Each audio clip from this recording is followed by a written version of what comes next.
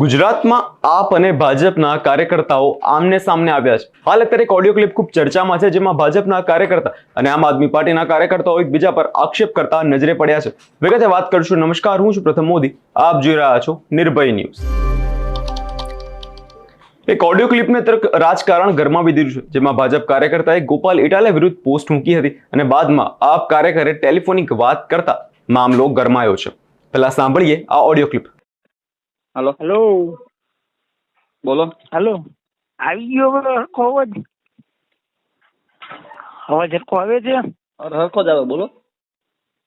રોહિતભાઈ રૂપાપરા સુરત થી બોલો એમ ને?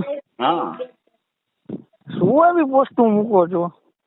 મને મજા આવે. તો હવે ગોપાલભાઈ ઇટાલિયે જો ગુજરાતની પબ્લિક ને જાગૃત કરવાનું કામ કર્યું છે. પેલું તો જાગૃત કરવાથી પબ્લિક નું પેટ નથી ભરાતું. બીજું તો મેં પહેલી વસ્તુ તો તમારા ભાજપની સરકાર છેલ્લા 30 વર્ષમાં છીએ. તમારી ભાજપની સરકારે કર્યું શું? ઘણું બધું. ભાઈ એ કઈ આયુષ્યમાન કાર્ડ કાઢે કઈ થોડા કોઈના ઘર ભરાઈ? ઘર જ ભરાઈ જાય ને. 5-10 લાખ રૂપિયા દવાખાનું મફત માં થઈ જાય. ઘર નો ભરાય તો શું થાય એનાથી? હમણાં અહીંયા અમારા ભાઈ 37 રૂપિયાનું પેટ્રોલ નથી આવતું ને 37 રૂપિયામાં તમારે ધારાસભ્યોને ઘરના મકાન આપ્યા 5 ગોપાલભાઈ ને કીધું રોડ ઉપર ફ્લેટ નો લે હો, તો મોટી માથે ઘરે જાય સીધો ફ્લેટ માં ખપ ખપ કરતો. અને કીધું રોડે ઝૂંપડું વાળીને દે, ફ્લેટ નો લે. અને બીજું, તમારા ગોપાલભાઈ ગોકુલધામમાં 14 કરોડ નો બંગલો બનાવે છે. તમારે અહીંયા 37 રૂપિયા પેટ્રોલ નથી આવતું. એને કયો કે ભાઈ તું 14 કરોડ નો બંગલો બનાવી તો તારે નથી ક્યાંય જમીન, નથી ક્યાંય ફેક્ટરી, તો બંગલો ક્યાંથી બને છે તારે? બીજું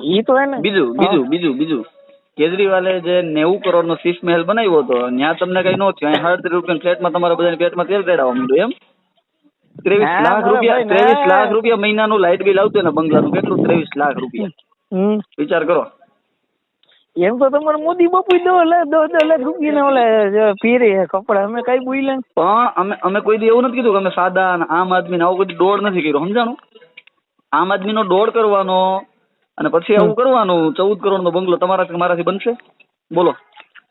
એમને તમારાથી બનશે? તમારાથી બનશે? હું એમ કહું સાંભળો ને, તમારાથી બનશે 14 કરોડ નો બંગલો? નથી કોઈ ફેક્ટરી એની પાસે, નથી કોઈ જમીન એની પાસે, તેની પાસે ઇન્કમ કઈ? બીજું, ધારાસભ્ય બન્યા સીધી 55 લાખ રૂપિયાની ફોર્ચ્યુનર આવી, તમારાથી લેવાની છે લગીમાં? હું હાલી નીકળ્યા હાવ અંધભક્તિ કરવા તમે, અમે નહીં. તમે ગોબર ભક્તિ તમે બધે કરો, અમે નથી કરતા. તમે મોદી સાહેબ ની ગોબર ભક્તિ કરો છો? બિલકુલ નહીં. અમે તો દેશની ભક્તિ કરીએ ભાઈ. 500 વર્ષ જે મંદિર બન્યું ને એની ભક્તિ અમે કરીએ. સમજાણું?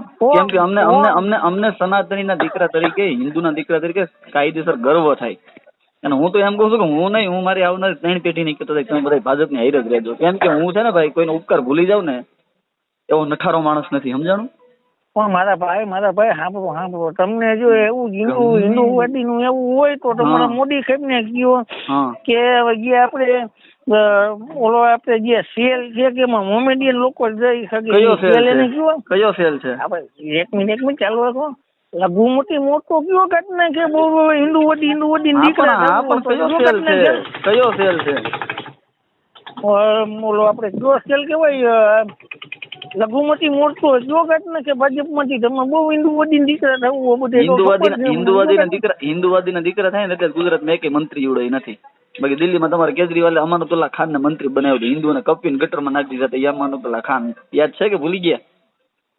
એ તો અમે બધા લોકોને હારે રાખીને રહેવા વાળા માણસો. બધા લોકોને હારે રાખીને રહેવા વાળા નથી. તમે હિન્દુને મારવા વાળા ને હારે રાખવા વાળા લોકો છો. એ ખબર છે?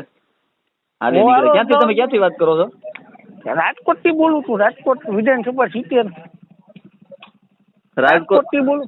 રાજકોટમાં તો બહુ સારા લોકો રહ્યા. આવા નઠારા લોકો ક્યાંથી ને રહેવા આવી ગયા? હું રાજકોટ જ હતો. રાજકોટ તો બહુ રંગીલું રાજકોટ કહેવાય. પણ આવી કડતરું ક્યાંથી કરી ગઈ એમને? બીજું, રાજકોટમાં તો રોજગારી એવડી છે. આવી બેરોજગાર કડતરું ક્યાંથી કરી ગઈ કે લોકોને ફોન કરીને હેરાન કરે છે રજાના ટાઈમે? રજાના ટાઈમે હેરાન નથી કરતા. તમને હરકું સમજાવી? હું સમજુ જ છું બધું ભાઈ. મને સમજાવવાની જરૂર. તમારે કેટલા વર્ષ થયા? મારે 28. મારે 33 વર્ષ થયા. તારા કરતા 5 વર્ષ મોટો છું મારા ભાઈ. મને બધી ખબર છે. હું બધું સમજુ છું. ગોબર ભક્તિ કરો જ નહીં મોદી ની. તમે હું ગોબર ભક્તિ કરતો નથી. હું મારા દેશની ભક્તિ કરું છું. મારા મારા ભાઈ રાષ્ટ્રની ભક્તિ કરું છું. અમારી ખટા ઉખે ને એટલે તમને સૌથી પેલું મેડલ આપવામાં આવશે કે ભાજપની ગોબર ભક્તની સૌથી પહેલા પેલી ઉપાધિ તમને મેડલ તમારી સરકાર કોઈ દી આવશે જ નહીં. સપના જોવો આવા નવા રહો ને કોકને ફોન કરીને કરવામાં, એના કરતા બે લોકોના કામ કરો તો તમારી સરકાર આવશે. બાકી આવું કરીને સરકાર ન આવે. બુદ્ધિ છે એટલી તમારા જેવા કાર્યકર્તા કોઈ દી સરકાર નહીં આવે તમારી.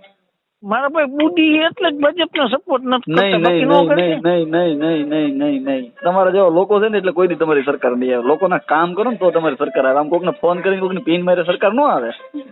જમીન ઉપર ઉતરવું પડે, જમીન ઉપર ઉતરવું પડે, લોકોને મળવું પડે, લોકોના કામ કરવા પડે તો તમારી સરકાર આવે. બપોર વચ્ચે ખોટી કોકની પીન મારે સરકાર ન આવે.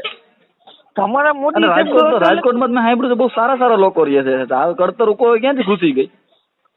એમને મને ઈ તે કે સુરતમાં નિર્ભય ન્યૂઝ આ ઓડિયો ક્લિપની પુષ્ટિ કરતું નથી, પણ આ ઓડિયોમાં આપ કાર્યકર્તાએ કહ્યું કે આટલા વર્ષોથી ગુજરાતમાં ભાજપની સરકાર છે તો સામાન્ય માણસના પ્રશ્નો હજુ અધૂરા કેમ રહે છે? માત્ર આયુષ્માન કાર્ડ કાઢી આપવું તેને તમે વિકાસ કહો છો તો તમે ખોટા છો. વધુમાં ભાજપ કાર્યકર્તાએ ગોપાલ ઇટાલિયા વિરુદ્ધ 14 કરોડનો બંગલો તે બનાવી રહ્યા છે તો તમે સામાન્ય માણસ તેમને કહેતા હોય તો આ સામાન્ય મધ્યમ વર્ગીય માણસ પાસે આટલા કરોડ રૂપિયાનો બંગલો ક્યાંથી આવ્યો તેવા આક્ષેપો કરવામાં આવ્યા છે. હવે નિર્ભય ન્યૂઝ તો ઓડિયો ક્લિપની પુષ્ટિ કરતું નથી, પણ ઓડિયો ક્લિપ અત્યારે ચર્ચાનું કેન્દ્ર બની રહ્યું છે. આ ઓડિયો ક્લિપમાં તમારો શું અભિપ્રાય છે તેમને કમેન્ટ કરી જરૂરથી આપજો અને અમારી ચેનલ નિર્ભય ન્યૂઝને લાઇક, શેર અને સબસ્ક્રાઇબ કરવાનું ભૂલશો નહીં.